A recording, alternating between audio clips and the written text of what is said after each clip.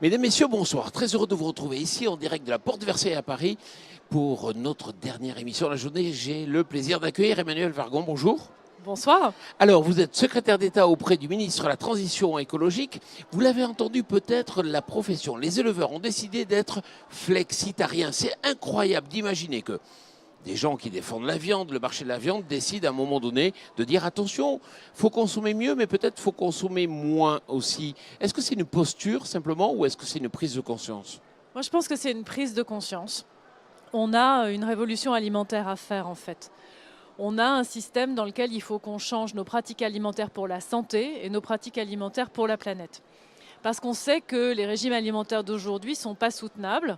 Il y a plein d'études qui le montrent. Moi, je pense à une étude qui a été faite par le Lancet avec une organisation internationale qui s'appelle Eat Forum et qui propose des régimes alimentaires dans lesquels il y a moins de viande, il y a plus de protéines végétales, il y a plus de légumineuses, etc. etc. Face à ça, je trouve que la position des éleveurs qui disent l'important c'est autant la qualité que la quantité, c'est la bonne. Moi, je me suis investie dans le lundi vert. J'ai dit que je soutenais la démarche et donc on fait le lundi vert au ministère et c'est bien. Pas qu'on est contre la viande, j'ai rien contre la viande, au contraire, une bonne viande, c'est vraiment un plaisir. Mais la viande, ça n'a pas besoin, ou le poisson, ça n'a pas besoin d'être à tous les repas 2 fois par jour. Et cette prise de conscience-là, elle est très importante parce que finalement, c'est le consommateur qui, in fine, décide. Quelques minutes avant, Jean Jouzel était ici, on l'accueillait sur ce plateau et nous disait c'est désespérant de voir qu'aujourd'hui le réchauffement climatique, ça intéresse quasiment plus personne. Il n'y a plus que les jeunes aujourd'hui qui marchent pour le climat. D'abord, que les jeunes, c'est très important, les jeunes. C'est pas que les jeunes. Ce soir, il se trouve qu'avec François de Rugy et Brune Poirson, on reçoit à peu près 200 personnes qui ont signé la pétition L'affaire du siècle pour discuter avec eux, voir quelles sont les solutions qu'ils proposent, qu'ils attendent de nous. En fait, aller un peu plus loin que l'interpellation. Là-dedans, on aura des jeunes, je pense, plein, mais pas que des jeunes. Et après, c'est normal que les jeunes se mobilisent en premier parce que c'est les jeunes à qui on laisse la planète, c'est les jeunes qui se projettent le plus longtemps. Nous, on se projette à travers nos enfants, peut-être nos petits-enfants. Quand on regarde le phénomène des gilets jaunes, il y a avant tout une mauvaise compréhension, une incompréhension en fait, quelque part, avec les évolutions, la volonté de réforme impulsée par le président de la République. C'est vrai que les agriculteurs ont aussi l'impression d'avoir été laissés de côté, pas entendus, peut-être malmenés. Est-ce qu'aujourd'hui, vous pensez que le gouvernement va les écouter un petit peu plus? Ils sont prêts à lever, ils sont prêts peut-être à évoluer, mais ils sont prêts aussi, je pense, à vouloir être accompagnés. Les agriculteurs que j'ai vus cet après-midi, j'en ai vu pas mal à la fin de cette journée, me disent on a besoin de considération et on a aussi besoin de réinventer un modèle dans lequel on peut gagner notre vie. Et ça, c'est très important. Et d'ailleurs, finalement, ce n'est pas si différent de ce qui est dit dans d'autres moments, dans le grand débat ou ailleurs. Besoin de considération et besoin de revenus dignes. La considération, je pense que c'est un sujet qui est important pour nous. Le président de la République a passé 14 heures dans ce même salon samedi. Et le ministère de l'Agriculture et le ministère de la Transition écologique sont vraiment soudés aujourd'hui pour dire stop à l'agribashing. La solution viendra de l'agriculture. Ce n'est pas la peine d'essayer de trouver des solutions pour le monde agricole ou pour la transition agricole contre les agriculteurs.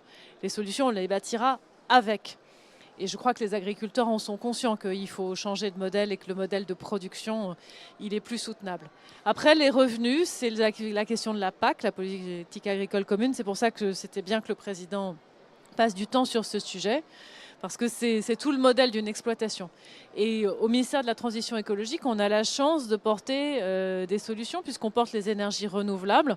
Et donc quand on parle de méthanisation, quand on parle de panneaux solaires, de photovoltaïque, quand on parle de biomasse, en fait, on a des solutions qui permettent de boucler un modèle économique pour une exploitation agricole soutenable.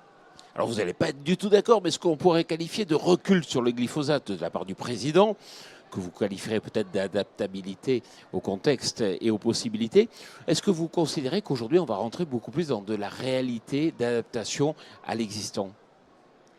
Je pense qu'en fait, ce qu'on nous reproche, c'est l'écart entre des ambitions très fortes à long terme, donc loin, et une question sur mais que faites-vous concrètement? Et c'est la question que nous posent les jeunes, c'est la question que nous posent nos concitoyens.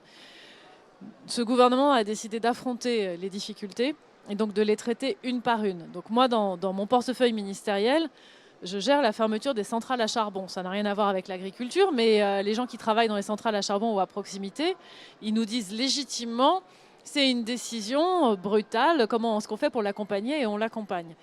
La sortie des pesticides ou la baisse des pesticides, c'est un peu la même question. Le glyphosate, on a à la fois dit qu'il faut une ambition forte, on ne réautorise que pour 5 ans, on se donne l'objectif politique d'en sortir en 3 ans en France, mais si on n'accompagne que 80% des filières ou 80% des productions et s'il en reste encore un peu au bout de 3 ans, ce n'est pas un drame non plus. L'important, c'est d'avoir vraiment commencé. Et moi, il me semble que l'évolution de la consommation globale de pesticides, au-delà du glyphosate, elle est au moins aussi intéressante que le glyphosate lui-même.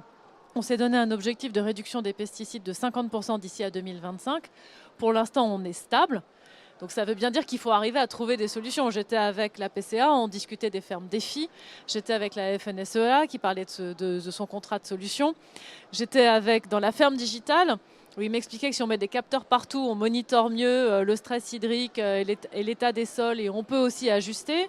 J'étais avec un agriculteur c'est pas un agriculteur, c'est un transformateur de blé, la maison Chola, qui travaille différemment avec ses agriculteurs et qui réduit les intrants. C'est ça qu'il faut qu'on multiplie. C'est important de se donner des objectifs quantifiés et ambitieux.